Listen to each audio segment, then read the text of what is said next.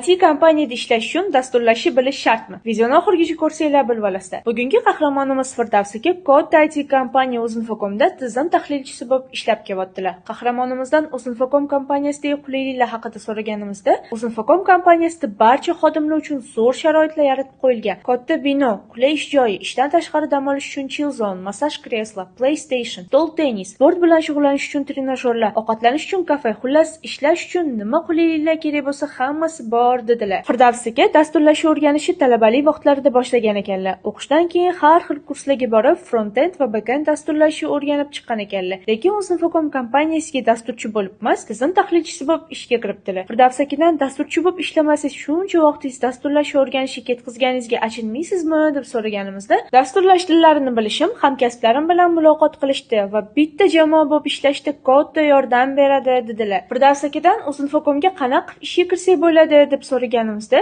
Uzinfocom kompaniyasining qoshidagi Ustadi IT akademiyasi ochilgani haqida aytdilar. O'shatdagi kurslarda o'qisanglar, o'qish davomida Uzinfocomda stajirovka qilib, real loyihalar bilan ishlaysizlar. Agar o'zingizlarni yaxshi ko'rsatsanglar, Uzinfocom kompaniyasiga ishga ham olib qolishadi deb aytdilar. Agar sizlar ham Ustadi kurslarida o'qib, Uzinfocom kabi katta IT kompaniyaga ishga kirmoqchi bo'lsanglar, unda kommentda plus qoldiringlar.